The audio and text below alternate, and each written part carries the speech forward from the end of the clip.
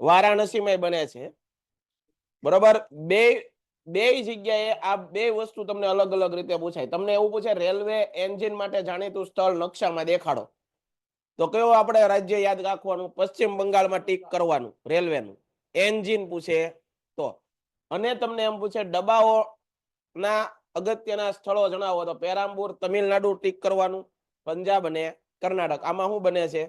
ડબ્બા અથવા કોચ કહેવાય. બરોબર, આગળ જે લોકો લાઈવ જોવે છે એ લોકોને સ્ક્રીનશોટ પાડી લેવાની છૂટ છે. જો આગો વયો જાઉં છું, સ્ક્રીનશોટ પાડી લ્યો. તમારી માટે લખવાનું કારણ એટલું જ કે તમને સીધી ખબર પડે. અને ભારતની સૌપ્રથમ રેલવે યુનિવર્સિટી ક્યાં બની છે? હમણાં જ બની, થોડાક વર્ષો 2-3 વર્ષ જ થયા છે. બરોડાની અંદર રેલવે યુનિવર્સિટી આવેલી છે. બરોબર, અહીંયા મેં જઈ આવ્યો છું, મેં જોઈ, બહુ સરસ મજાની. તમારે રેલવે બાબતની કોઈ પણ જાતનો અભ્યાસક્રમ અહીંયા થવા માંડ્યો. યુનિવર્સિટી આખી બની બરોડા. અને લખવાનું અહીંયા થોડુંક ઝડપ રાખવાની. ઘરે જઈને સારા અક્ષરે આપણી બુકની અંદર ઉતારી લેવાનું. એવું જરૂરી નથી ભાઈ, એના કેટલા બધા ફિલ્ડ હોય. એમાં તે એન્જિનિયરિંગ કરેલું, ડીઝલ એન્જિનિયરિંગ શું છે? ના ના,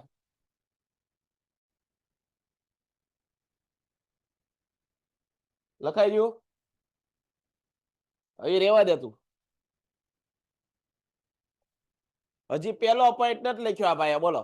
પછી જુઓ, જહાજમાં, જહાજ એટલે હવાઈ જહાજ હોય અને પાણીની અંદર તરતા હોય સ્ટીમર, એને જહાજ જ કહેવાય. બરોબર છે? તો મોટા કદના ધરાવતા વાહનોનું બાંધકામ કઈ જગ્યાએ થાય છે? કોચી, વિશાખાપટ્ટનમ.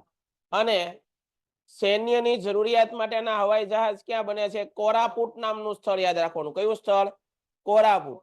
એ ક્યાં આવેલું છે? ઓડિશા રાજ્યની અંદર. આ પાકું કરશો તો યાદ રહે, નકર ભૂલાઈ જાય. તમને નોખું પાડીને દઉં છું. બરોબર છે? હમણાં જ એક બેન પ્રશ્ન લઈને આવી હતી, કુમીન એટલે શું?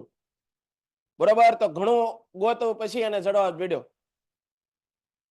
તમારા સમાજના ચેપ્ટરમાં આવે મણિપુરી નૃત્યની અંદર, કે મણિપુરી નૃત્ય કરતી મહિલા છે જે લીલા રંગનો ઘેરદાર ચણિયો પહેરે છે, અને કુમીન કહેવાય.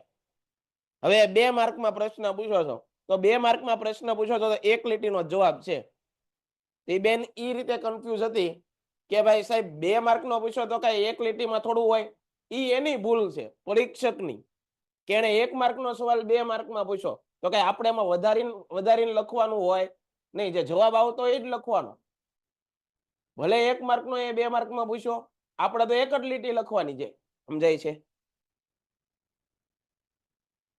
એટલે આવા બધા શબ્દો તમારે યાદ રાખવાના. પરીક્ષામાં આ જ પ્રશ્ન પૂછાય સીધા. એટલા માટે તો હું તમને અલગ અલગ લખીને દેખાડું છું, નકર હમણાં વાંચીને પૂરું થઈ જાય. સિલેબસ પૂરો થવાથી કાંઈ મતલબ રહેવાનો નથી ભાઈ, સમજો તમે. સિલેબસ પૂરો કરી નાખવાથી કાંઈ તમને ફાયદો નહીં થઈ જાય. આપણામાં ઉતર્યું કેટલું? ગમે એટલો ધોધમાર વરસાદ આવે પણ એ પાણી જમીનમાં ઉતરે તો કામનું ભાઈ. હા કે ના? બાકી બધું દરિયામાં વયું જાય તો શું કઈ કામનું? એવી રીતે અમે તમને ગમે એટલું ભણાવીએ, ગમે એટલું ઊંડાણપૂર્વક ભણાવીએ, પણ તમારામાં કેટલું ઉતર્યું એ મોટો સવાલ છે.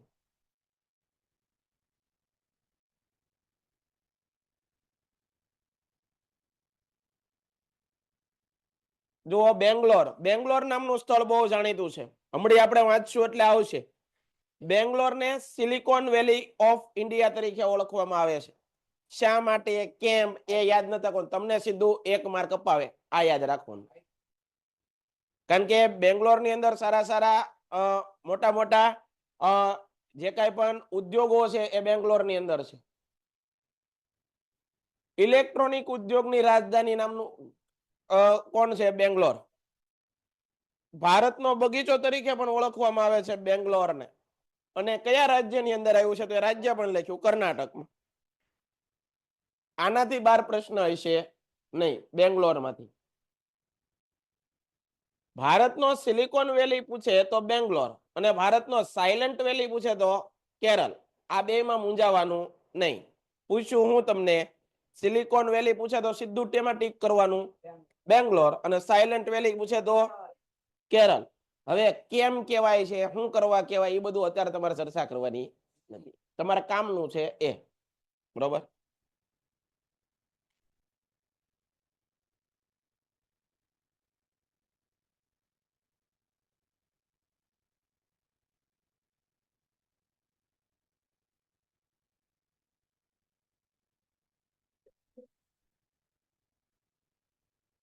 આજે સાંજે જે આપણો લેક્ચર હોય છે લાઈવમાં, પહેલું ચેપ્ટર રિવિઝન કરવાનું છે.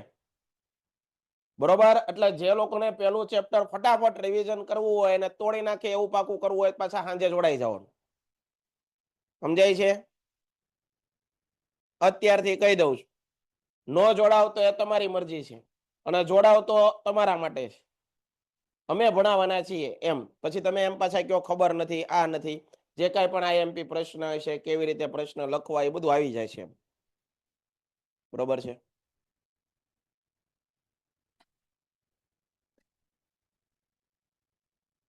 ક્લિયર થાય છે એટલી વસ્તુ? તો આ બધી વસ્તુ આપણે કાલે જોઈ. આ એલ્યુમિનિયમ ઉદ્યોગ જોયો તો? બરોબર છે. ભારતમાં તાંબુ ગાળણ ઉદ્યોગ પણ જોઈ લીધો. બરોબર છે. પછી ભારતમાં રસાયણ ઉદ્યોગ જોઈ લીધો. રાસાયણિક ખાતર જોઈ લીધું. પ્લાસ્ટિક ઉદ્યોગ થઈ ગયો. સિમેન્ટ ઉદ્યોગ થઈ ગયું. તો બાકી શું છે હવે? પરિવહન, સડક વાહન, જહાજ, હવાઈ જહાજ, ઇલેક્ટ્રોનિક ઉદ્યોગ, આ બાકી છે. જોઈએ.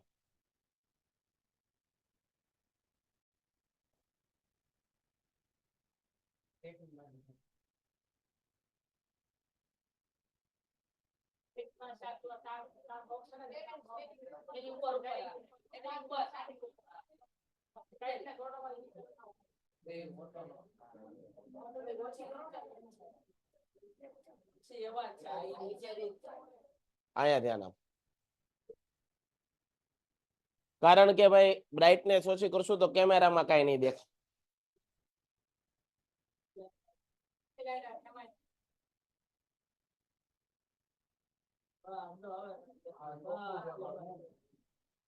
હાલો. ભારતમાં ઇલેક્ટ્રોનિક ઉદ્યોગ, બધાનું ધ્યાન અહીંયા આવે. ઇલેક્ટ્રોનિક ઉદ્યોગ વિશે આપણે ભણવાનું છે. ભારતમાં ઇલેક્ટ્રોનિક ઉદ્યોગની શરૂઆત 1905 માં થઈ. ક્યારે થઈ? 1905 ની અંદર થઈ.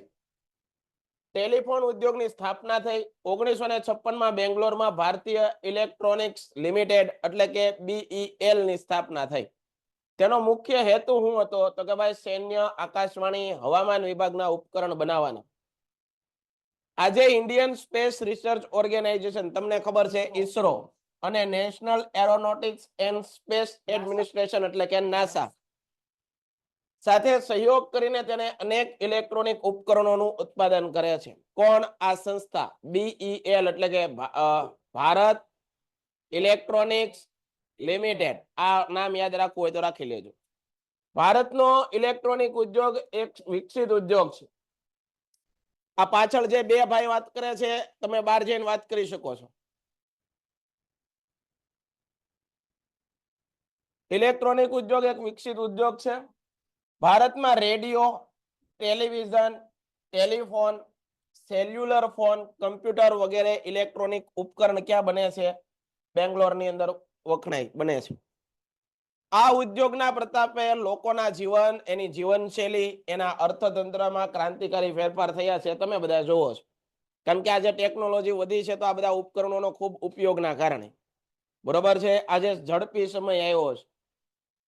ભારતમાં 1990 ના દશકમાં કમ્પ્યુટર ઉદ્યોગ હાર્ડવેરના રૂપે શરૂ થયો છે. હાર્ડવેર ઉપરાંત સોફ્ટવેર ક્ષેત્રે પણ ભારતે અસાધારણ વિકાસ સાધ્યો. બેંગ્લોર ઇલેક્ટ્રોનિક ઉદ્યોગની રાજધાની બન્યું. તે ભારતના સિલિકોન વેલી તરીકે ઓળખું. ભાઈ ટેકનોલોજી એટલી બધી ઝડપથી વધી છે. હવે મને તો એવું લાગે છે કે આ રહેતા રહેતા પેલા તાર ટપાલ આવતું, તાર ટપાલ વ્યવસ્થા હતી, પત્ર લખવાનો, સામે જવાબ પત્ર મળે, વાંચે ને પછી જવાબ આપે. ત્યારે લોકોને આવો સપનામાં નહોતું કે ભાઈ ફોનમાં વાતો થશે. પછી ફોનમાં વાતો થતા થઈ પછી કોઈને સપનામાં નહોતું કે આમાં હામી મોઢા દેખાશે, વિડીયો કોલિંગ થશે. એ થયું. હવે તો મને સારું એવું લાગે છે કે રહેતા રહેતા તો એવું થાય કે આપણે વિદેશમાં વાતો કરવી હોય છે તો અહીંથી એવું બોક્સ છે એમાં અંદર બેસી જવાનું, સીધો બહારથી કોઈક ધક્કો મારે એટલે સીધા ન્યા. કારણ કે ભાઈ જો વિજ્ઞાનની શોધ જુઓ તમે, એક સમયે કોઈના સપનામાં નહોતું એવી વસ્તુ આજે છે, હા કે ના? તો એ પણ કદાચ શક્ય બને ભાઈ. હા, એવું કઈક મશીન આવશે, કોને ખબર, કે એની અંદર ઓલો કેમ ફેક્સ જાય, સીધી પ્રિન્ટ નીકળી જાય ના. હા, એટલે અહીંથી સીધા જાવ તો કેનેડા જવું હોય તો સીધું એમાં કઈક ટાઈપિંગ કરવાનું, કેનેડા સીધો જાય, શબ્દ દેખાડો કેનેડા, તો વયો જાય બીજા દેશ. એ બધું નાથી પાછા ધક્કા મારવા વાળા હોય ને, બધું હાલે રાખ, સમજાય ને ભાઈ? એટલે ટેકનોલોજી છે ભાઈ.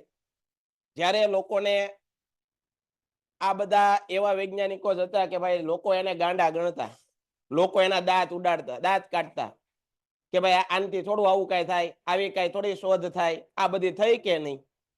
બરાબર. તો એ પણ શક્ય કદાચ થાય ભાઈ. માણસ છે, માણસને ભગવાને ભરપૂર બુદ્ધિ આપી છે. જો એ બીજાને ગાળિયા નાખવામાં બુદ્ધિનો ઉપયોગ કરે નહીં, તો બીજાને હેઠા પાડવામાં ઉપયોગ કરે નહીં, તો કોઈકનું ભલું કરવામાં, સારું કરવામાં, કોઈકને આગળ વધારવામાં, જો એની સાચી દિશામાં એની મહેનત કરે માણસ, તો માણસ ધારે એ કરી શકે છે. એમાં કોઈ બે મત છે નહીં. એ તો હું વારે વારે કહું છું ભાઈ, આપણે ટેવ એવી છે, આમ ધક્કો મારવાની નથી, ટાંટિયા ખેંચે, આમ હેઠે વી આવ અહીંયા. આપણે પતંગ ઉડાડીએ તો ગામના પતંગ કાપવા હાટું, આપણા શોખ હાટું ઉડાડતા નથી. બધાની કાપવાની પહેલેથી ટેવ આપણી યાદ પડી ગઈ. પછી વાતું કાપીએ, સાહેબ ભણાવતા હોય તો એની વાતું નહીં કાપીએ, બરોબર. ઘરે મમ્મી પપ્પા આપણને સારી સલાહ આપતા હોય તો એને કાપીએ. પતંગ કાપતા કાપતા બધું કાપવા માંડ્યા આવે. કોક આગળ જતો હોય તો એને હેઠા ખેંચીએ. આપણે સાચી બુદ્ધિનો ઉપયોગ કરતા નથી, બરોબર. જો આપણે થોડાક પરિવર્તન આપણામાં આવી જાય તો આપણું જીવન સુધરી જાય, બરોબર. ઇલેક્ટ્રોનિક ઉદ્યોગના વિકાસ માટે દેશના જુદા જુદા કેન્દ્રોમાં સોફ્ટવેર ટેકનોલોજી પાર્ક, વિજ્ઞાન પાર્ક અને પ્રૌદ્યોગિકી પાર્ક વિકસાવવામાં આવ્યા છે. અંતરિક્ષ ટેકનોલોજીના ક્ષેત્રે પણ ભારતીય ઇલેક્ટ્રોનિક ઉદ્યોગ એક નોંધપાત્ર યોગદાન છે. જો આ બધા ગેજેટ છે ત્યાં બને છે બેંગ્લોરમાં. ઔદ્યોગિક પ્રદૂષણ વિશે ટૂંક નોંધ લખો. ઉદ્યોગો દ્વારા થતું પ્રદૂષણ. ઔદ્યોગિક પ્રદૂષણ એટલે કેવું? ઉદ્યોગો દ્વારા થતું પ્રદૂષણ. જો ઉદ્યોગના લીધે મુખ્યત્વે 4 પ્રકારના પ્રદૂષણ જોવા મળે.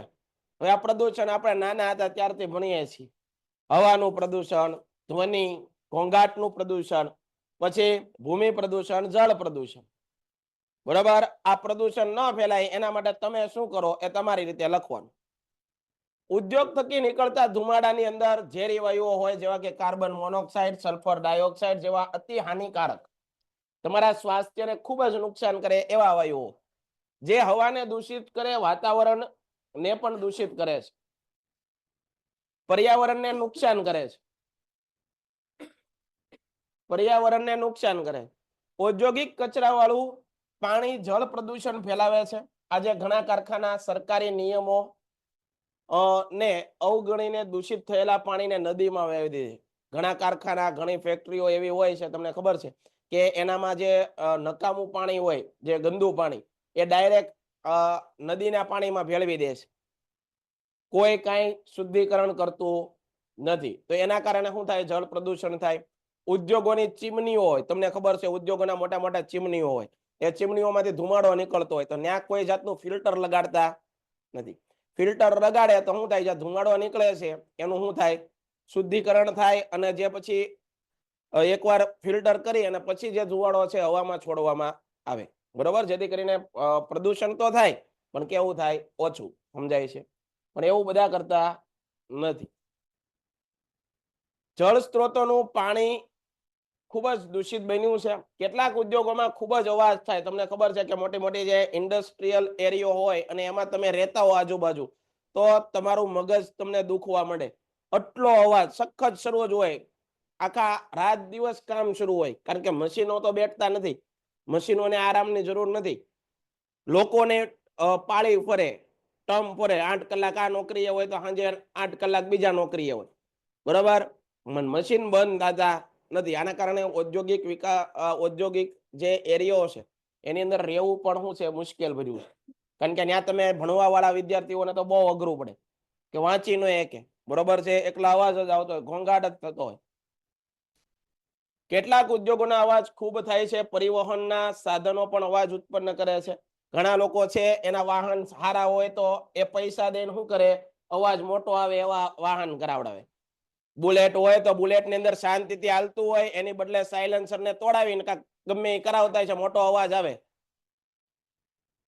બરોબર. એટલે કે છોકરા હુતા હોય તો એ જાગી જવા જોવે એમ, અને આપણે કાંઈક નીકળ્યા એવું લાગે. એટલે આજે કઈ દિશામાં લોકો જાય છે એનું કઈ આપણને ખબર પડતી નથી. નવી બાઇક લે અને એને પાછો એવો અવાજ આવે ને ઓલા સાયલેન્સરમાં, એવું કરાવડાવે. હા, બરોબર છે. તો આ એક વખત કોઈક પોલીસ સારા અધિકારીના હાથમાં આવે અને પછી જો જલસા કરાવે, બરોબર, આવા 2-4 વાર પ્રસાદી મળે તો ખબર પડે,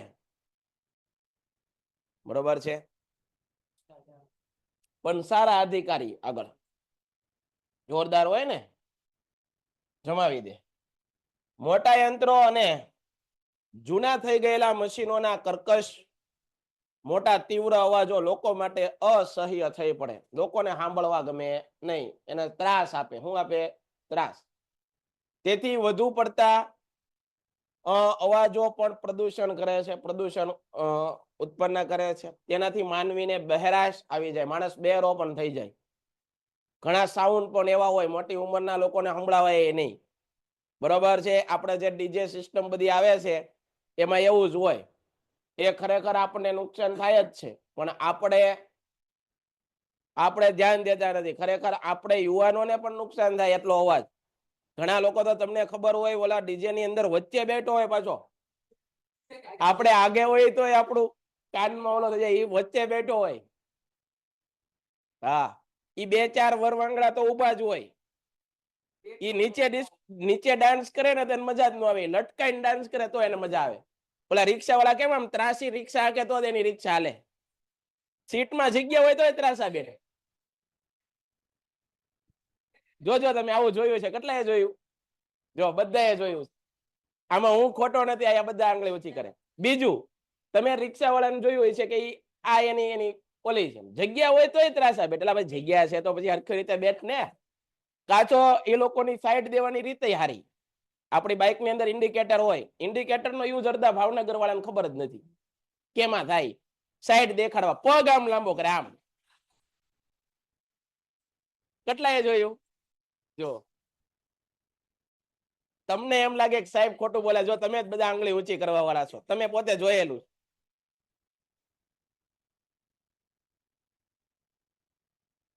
અહીંયા ધ્યાન આપો. થોડાક સમય પહેલા, હું થોડાક દિવસ, અહીંયા ધ્યાન આપો, થોડાક દિવસ પહેલા, થોડાક સમય પહેલા તમે બરોડા ગયા હતા. મારા મામાનું ઘર છે બરોડા, એટલે અમે ફરવા ગયા હતા. તો થોડાક દી રહ્યો ને તો હું મારા ભાઈને કહું કે ભાઈ મને બાઈક અકલવા દે, કે નહીં ભાવનગર વાળા તમને રેવાઈ ગયું. તું કે ભાઈ બેહી જા, કારણ કે એ લોકો અહીંયા આવે ત્યારે ખબર હોય આપણે કઈ સાઈડ દેવાની, પછી નેશનલ હાઈવે ઉપર હાંકવાની, વાહન હાંકવાની આપણને બહુ ટ્રેનિંગ હોય નહીં. આપણે જ આપણી રીતે આપણે હાલવી જોઈએ, બાકી પાછળ જેને જે કરવું એ કરે. ખરેખર સાઈડ મિરર હોવા જોઈએ. આપણી મોટા ભાગના બાઇકની અંદર સાઈડ મિરર ન હોય, કારણ કે સારું ન લાગે, ફેશન એ નો સારું લાગે. આમ કાચ બે દેખાતો હોય કેટલું ખરાબ લાગે.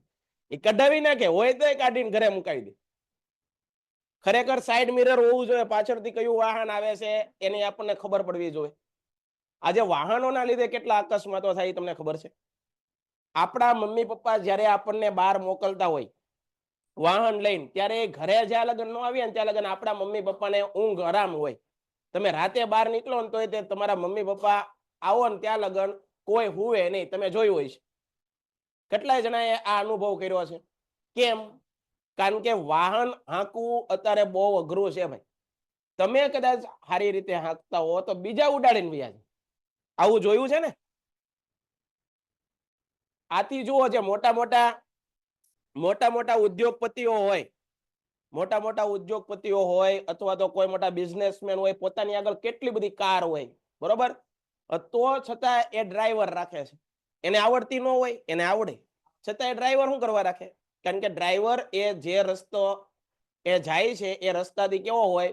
પરિચિત હોય. હું આપણે ખાલી આપણા સિટીના રસ્તાને ખબર હોય. હવે અહીંથી સુરત જવું તો સુરતનો રસ્તો આપણે દરરોજ ન જતા હોય એટલે આપણે જાણતા હોય એની કઈ જગ્યાએ કઈ રીતનો, બરોબર છે, હોય એવું, બરોબર. આથી એ લોકો ડ્રાઈવર રાખે. એટલે વાહનો યુવાનો એ તો ખાસ. અને આ વાત ખાલી ભાઈઓ માટે નથી, બહેનો માટે ડબલ છે. કારણ કે જે બહેનો બાઈક હાકે છે એ તો વાત જ કરો. એક તો એનાથી વજન ઉચકાતો નથી.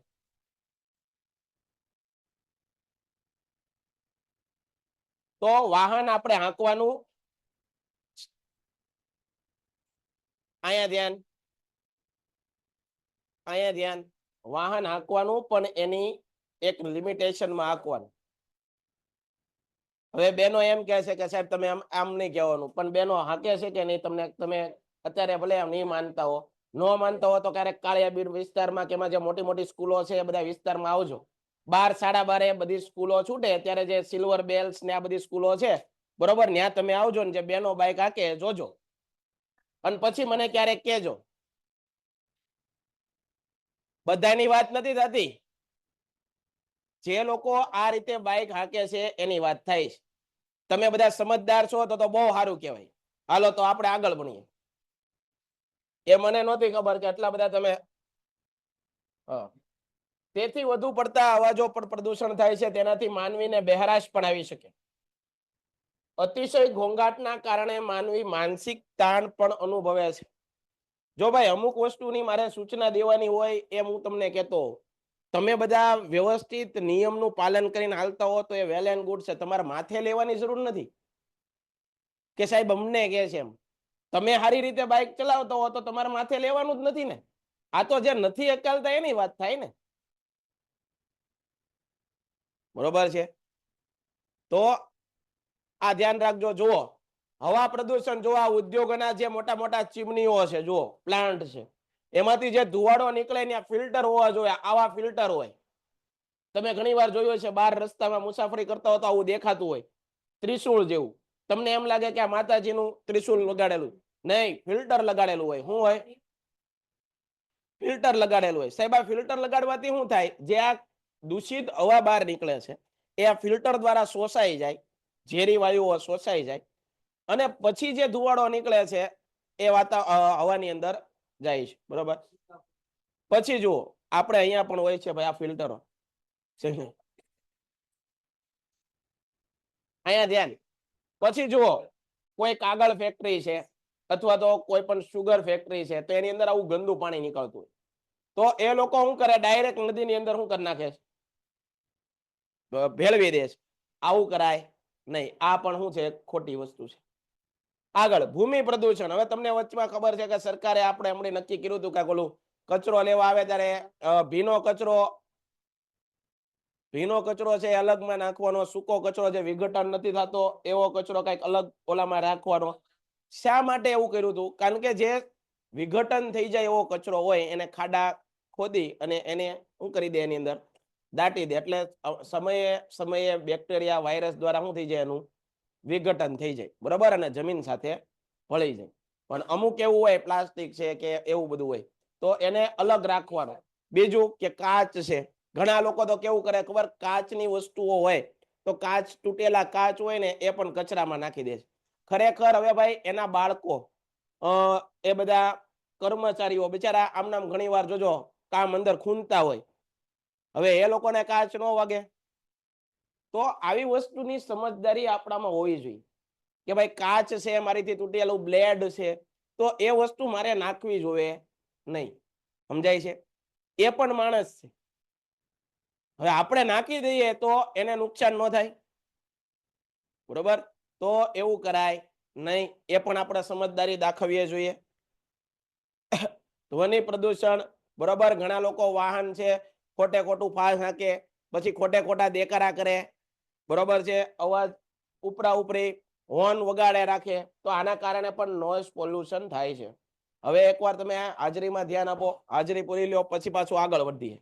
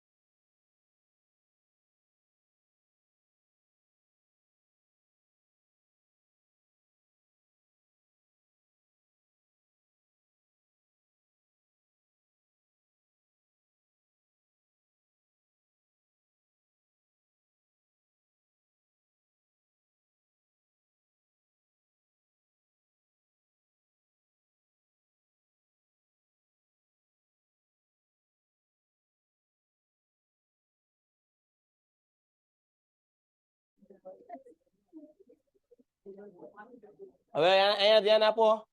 આ ભાઈ જો ડ્રોઈંગ કરે ઉપરથી એક વસ્તુ યાદ આવી, તમે આપણે ઓલી બધી કળાઓ યાદ આપણે આ ભણવામાં આવી હતી, કેટલામું ચેપ્ટર હતું? અહીંયા ધ્યાન, બીજું ચેપ્ટર ની અંદર હસ્તકળા ને એવું બધું આવે છે. એમાં જુઓ આ આપણા જવાહર મેદાન છે ગધેરિયા ફિલ્ડ, એની અંદર અત્યારે હસ્તકલાનું આખું પ્રદર્શન આવેલું છે. તો હસ્તકલામાં કેવી કેવી વસ્તુ હોય, ક્યારેક નાથી નીકળો કોઈક આજુબાજુ સ્કૂલમાં હોય તો એકવાર આંટો મારવાનો, ફ્રી છે. આમ આંટો મારીને જોતા હોવાનું ભાઈ હસ્તકલામાં આવી આવી વસ્તુ હોય, આપણે ખરીદવાની નથી પણ તમને અનુભવ થઈ જાય કે હસ્તકલામાં શું હોય. બરોબર, આ ભાઈ દોરતો તો એ ઉપરથી મને યાદ આવ્યું, અત્યારે જવાહર મેદાનની અંદર આખું આવેલું છે, આખું એક્ઝિબિશન છે. બરોબર, તો તમે એની પર નીકળો, તમારી આજુબાજુ સ્કૂલ હોય, ઘરશાળા વાળા હોય, દક્ષિણામૂર્તિ વાળા હોય, બરોબર, તો એ લોકોને ઓરવું પડે ત્યાંથી જઈએ કે. તો હા, તો આવી વસ્તુ તમે જોઈ હોય ને તો તમને શું ખબર પડે, ખબર છે કે ભાઈ આવું હોય હસ્તકલામાં. ટૂંકમાં હાથનો જે હુનર છે, એની બધી વસ્તુનું પ્રદર્શન હોય. અને જે લોકો બનાવતા હોય એ લોકો વેચાણ કરતા હોય. શું કરતા હોય? વેચાણ કરતા હોય. તમારે લેવું ન હોય તો ખાલી જોઈને વી આવવાનું. હા, અહીંથી સીધો તું ત્યાં જ જોયો જાજે. અને એવું લાગે તો મારી યારે વી આવજો, હું એની કોરજ જવાનો છું.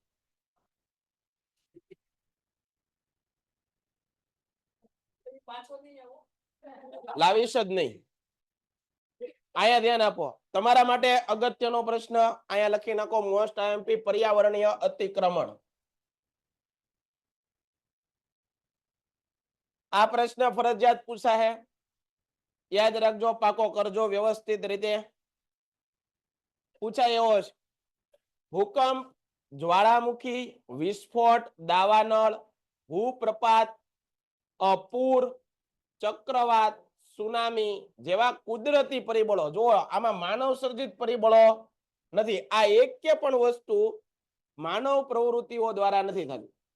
કુદરતી પરિબળો અને માનવ સર્જિત કારણો, આપણે કારણ બનીએ છીએ આ બધાને, કારણ કે પર્યાવરણને નુકસાન કરીએ છીએ, જંગલો કાપીએ છીએ, બરોબર. માનવ સર્જિત કારણોના અસરથી પર્યાવરણના જળ, એની જમીન અને વાયુ પ્રદૂષિત થાય. આ પર્યાવરણની ગુણવત્તામાં ઘટાડો થવાની ઘટનાને શું કહેવાય? પર્યાવરણીય અતિક્રમણ. પણ હજી કહું છું એકવાર, આ ચેપ્ટરમાંથી આ પ્રશ્ન ફરજિયાત પાકો કરજો, બરોબર. હા, સમજાય છે? આ પ્રશ્ન તમારે ફરજિયાત પાકો કરવાનો. હવે જુઓ, પર્યાવરણીય અતિક્રમણ રોકવાના ઉપાયો શું? સાહેબ, આને રોકવું હોય તો આપણે શું કરીએ કે જોઈએ? ઔદ્યોગિક વિકાસનું યોગ્ય આયોજન અને ઉપકરણની ગુણવત્તા, પ્રદૂષણ ફેલાવતા ઉદ્યોગોને રહેણાંક વિસ્તારથી, શું કીધું? કોઈ પણ મોટી ફેક્ટરી હોય, કોઈ પણ મોટી ઇન્ડસ્ટ્રી હોય, એ તમારો રહેણાંક વિસ્તાર હોય એનાથી કેવી સ્થાપવાની? દૂર. કેવી? દૂર. યોગ્ય સ્થાને સ્થાપી સારા યંત્રો અને ઉપકરણો વસાવીને તેનું કુશળતાપૂર્વક સંચાલન કરી અને પ્રદૂષણ ઘટાડી શકે. બધી વસ્તુ જ્યાં નવો ઉદ્યોગ સ્થાપવો છે તો કેવી જગ્યાએ સ્થપાય? તો કે ભાઈ, જે જગ્યાએ માનવ વસ્તી બહુ છે નહીં, બરોબર, એવી જગ્યાએ આપણે ફેક્ટરી સ્થાપી. બીજું, જે કાંઈ પણ પ્લાન્ટ છે એની ઉપર ફિલ્ટર લગાડશું. જે કાંઈ પણ ગંદુ પાણી બહાર નીકાળવા માટેની વ્યવસ્થા છે ત્યાં શું કરશું? ત્યાં પણ કંઈક શુદ્ધિકરણ કરી અને પછી પાણી છોડશું. સમજાય છે? તો આ બધા ઉપાયો દ્વારા તમે પર્યાવરણીય અતિક્રમણ છે એને રોકી શકો કે ન રોકી શકો? રોકી શકીએ. આગળ, ઈંધણની યોગ્ય પસંદગી. ઈંધણની યોગ્ય પસંદગી અને તેના ઉચિત ઉપયોગથી હવા પ્રદૂષણ ઓછું કરી શકાય છે. દાખલા તરીકે, ઉદ્યોગોમાં કોલસાની જગ્યાએ ખનિજ તેલનો ઉપયોગ ધુમાડો રોકી શકાય. કોલસાની જગ્યાએ ખનિજ તેલનો ઉપયોગ કરીએ તો જે ધુમાડો કરે છે કોલસો, એ શું કરે? ઓછું થાય. આગળ, હવામાં ઉત્સર્જિત થતા પ્રદૂષકો. જે ધુવાડો છે એની અંદર ફિલ્ટર મૂક્યું હોય તો પ્રેસિપિટર અથવા સ્ક્રબર, ઓલું ખબર મોટા મોટા પ્લાન્ટ હોય એની ઉપર આમ ફરતું હોય ગોળ ગોળ, કેટલાએ જોયું? એને સ્ક્રબર કહેવાય. એ શું કામ કરે? તો કે ભાઈ આ ધુવાડાને ની અંદર જે ઝેરી તત્વો છે, જે વાયુ છે, એને શોષી લે. સમજાય છે? એને સ્ક્રબર કહેવાય. શું કહેવાય? સ્ક્રબર. જેવા સાધનોની મદદથી હવામાં જતા રોકી શકાય. ઉદ્યોગો દ્વારા પ્રદૂષિત જળને નદીઓમાં છોડતા પહેલા તેનું શુદ્ધિકરણ કરવાથી જળ પ્રદૂષણ ઘટાડી શકાય. ઉદ્યોગોના પ્રદૂષિત પાણીને વિવિધ પ્રક્રિયા દ્વારા શુદ્ધ કરી તેને નદીમાં છોડવા યોગ્ય બનાવવામાં આવે છે. જમીન અને ભૂમિનું પ્રદૂષણ નિયંત્રિત કરવા માટે 3 પ્રવૃત્તિઓ મહત્વની છે. કેટલી પ્રવૃત્તિઓ? 3 પ્રવૃત્તિઓ મહત્વની છે. એક છે વિભિન્ન સ્થળોથી કચરો એકઠો કરવો. બીજું, પુનઃચક્રીય કચરાને અલગ પાડી અને તેનો ઉપયોગી બનાવવો. પ્લાસ્ટિક છે તો પ્લાસ્ટિકને ફરીવાર, તૂટેલું પ્લાસ્ટિક હોય ને તેને ઓગાળીને ફરીવાર એમાંથી નવા સાધનો બનાવી શકાય કે નહીં? તો એને શું કહેવાય? પુનઃચક્રીયકરણ. સમજાય છે? આગળ, બાકીના કચરાને જમીન ભરણી માટે વાપરી અને તેનો નિકાલ કરવો. અહીં તમારું ચેપ્ટર શું થાય છે? પૂરું થાય છે. જો આપણે જે કાંઈ પણ બધી વસ્તુઓ ભણ્યા, ખાંડ છે, કાગળ, રસાયણો, રાસાયણિક ખાતર, તાંબુ ગાળણ, આ બધી વસ્તુઓ અહીંયા દર્શાવેલી છે. જુઓ ભાઈ, તમને રેલવેના ડબ્બા, જો રેલવેના ડબ્બા દોરીને દેખાડ્યા, કઈ જગ્યાએ દેખાડ્યા? પંજાબમાં. પછી બીજે રેલવેના ડબ્બા ક્યાં દેખાય છે? તો કે ભાઈ જુઓ, અહીંયા પણ રેલવેના ડબ્બા, કોચ. પછી કઈ જગ્યાએ? બેંગ્લોર. પછી પેરામ્બુર. બરોબર. હવે આમાં બધા એવું કે ભાઈ એક્ઝેક્ટ લોકેશનમાં આમ દર્શાવવાનું નહીં, રાજ્યમાં ટપકું કરવાનું, જે રાજ્ય લાગુ પડતું હોય ત્યાં. આગળ જુઓ, જહાજ ઉદ્યોગ. જુઓ, જહાજ માટે કયું સ્થળ? કોચી. કોચી ક્યાં આવેલું છે? કેરળ. ક્યાં આવેલું છે? કેરળ. માર્મગોવા. જો ભાઈ, માર્મગોવા નામનું સ્થળ મને જડતું નહોતું, મને નહોતી ખબર ક્યાં છે, પણ જો ગોવાની અંદર છે. આ નકશા ઉપરથી મને ખબર પડી ગઈ, કારણ કે મહારાષ્ટ્રની નીચે આ નાનું એવું આટલું છે, એ શું છે? ગોવા. સમજાય છે? સમજાય છે? ઓલો દાંત કાઢવા માંડ્યો, એ રાજી થઈ ગયો કે ખબર ન પડી. કોને? હા,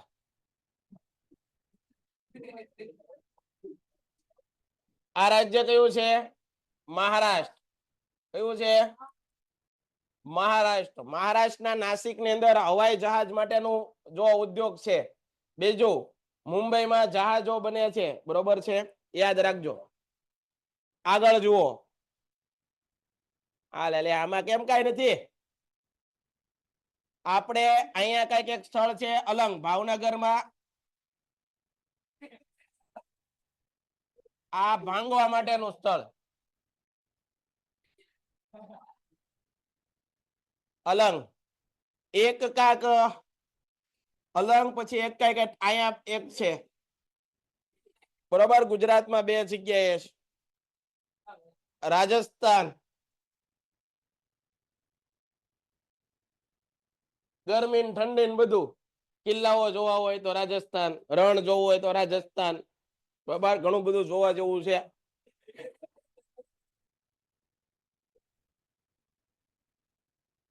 તમે દાંત કેમ કાઢ્યા? હા, તે રાજસ્થાન જોવા જેવું છે. જેસલમેર છે, જયપુર છે, કેવું જોરદાર. હા, અજમેર છે. અજમેર કઈ ઓલી છે? ગરીબ નવાજ. બહુ સરસ છે. હા, તો આ બધા આયા ધ્યાન. ભાઈ, એક પીડીએફ ડાઉનલોડ કરવાની છે, જયદીપભાઈ ને બોલાવો તો. આયા ધ્યાન. એક કામ કર ભાઈ, રેવા દે, બે હાલી જશે.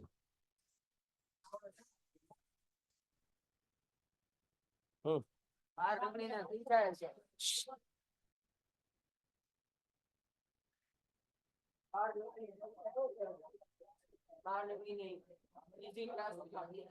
આયા ધ્યાન.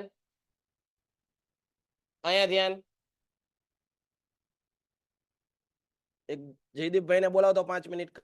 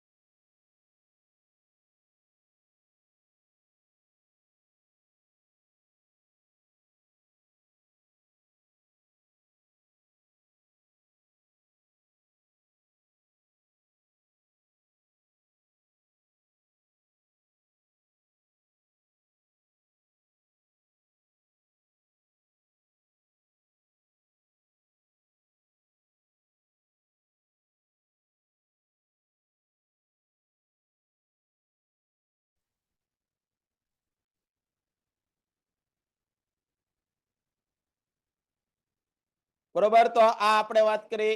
જો ઘાટશિલા શેના માટે જાણીતું હતું? તાંબા માટે. જો તાંબાના વાયર દેખાડ્યા. 4 સિંદરી ખાતર.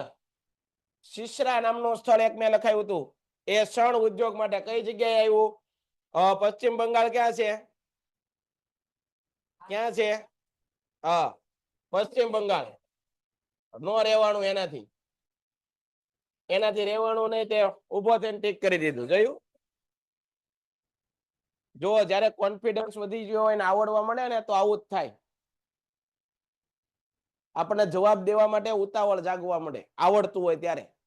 નકર શાંતિથી માથું નીચે નાખીને બેઠો હોય. બરોબર છે?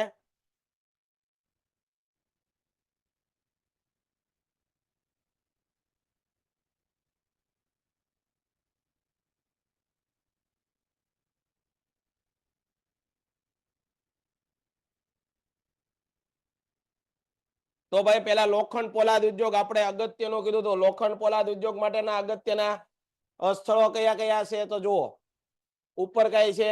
નહીં. અહીંથી ધ્યાન આપો. લોખંડ પોલાદ ઉદ્યોગનું અગત્યનું સ્થળ કયું? હજીરા. પછી વિજયનગર. વિજયનગર પછી ભદ્રાવતી. આ ભદ્રાવતી ક્યાં આવ્યું? આ કયું નગર છે? આ વિજયનગર ક્યાં? મહારાષ્ટ્ર, ગોવા, કર્ણાટક. આ કર્ણાટકમાં જ તે. અને કર્ણાટક ની અંદર એક શહેર છે હમ્પી, પટદકલ. આવું આવ્યું હતું કઈ? તો બસ એમ. આગળ જુઓ, સેલમ. આ પણ જુઓ.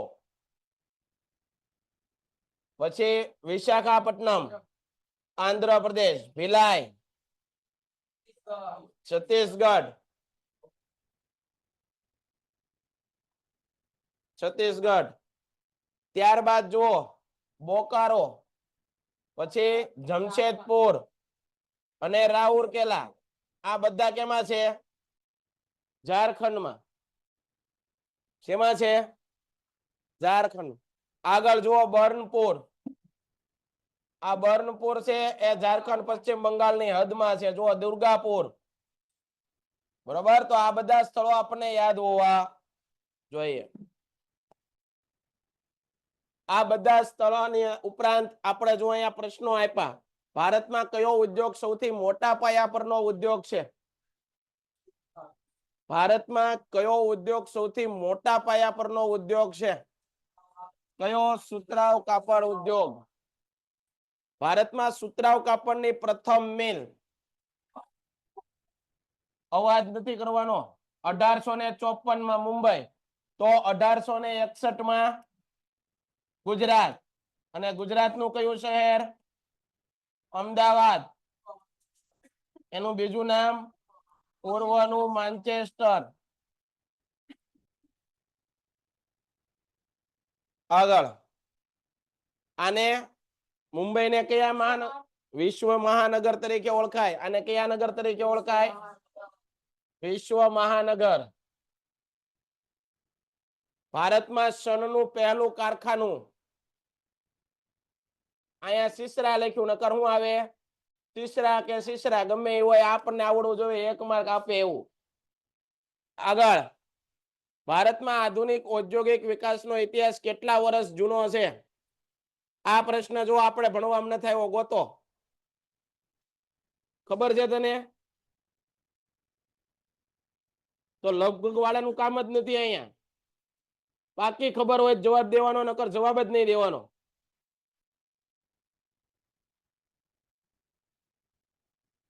આ આંકડાકીય માહિતી આપણને યાદ રહેવી જોઈએ. કેટલા વર્ષ જૂનો છે? જો અહીંયા જવાબ જુઓ તો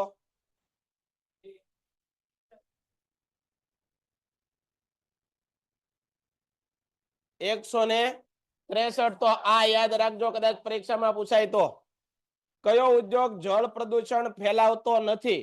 જળ પ્રદૂષણ ફેલાવતો નથી એમ પૂછ્યું. ઇલેક્ટ્રોનિક. Very good. ઉદ્યોગોનું વર્ગીકરણ માલિકીપણાના આધારે જૂથમાં વહેંચતા એક જૂથ અલગ પડે છે. માલિકીના આધારે ઉદ્યોગોનું વર્ગીકરણ. આખું કોષ્ટક યાદ કરો. જો તો આવું બધું તમને ક્યારે જવાબ આવે? ફટાફટ.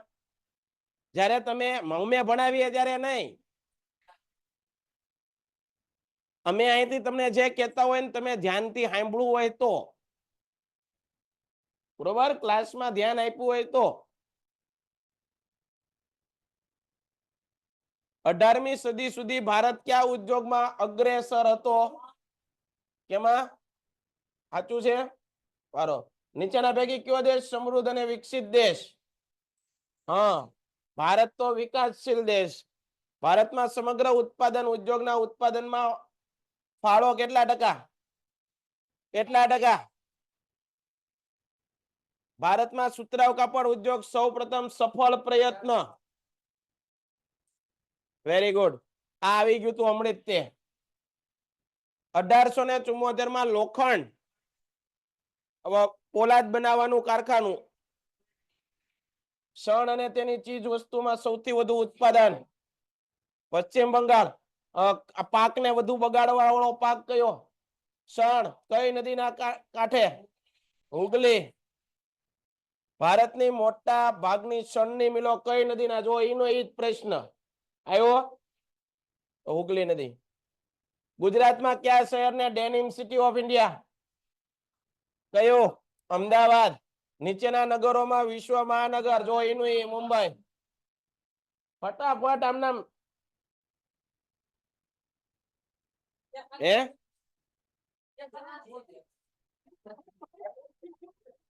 ઈ ભલે ને જવાબ, પણ અમે તો ભણાવ્યું, અમે તો કરીએ ને ભાઈ. આગળ, કયા શહેરમાં સુતરાઉ કાપડની પ્રથમ મિલો? ભારતમાં સુતરાઉ કાપડની મિલ સૌ પ્રથમ કયા શહેરમાં?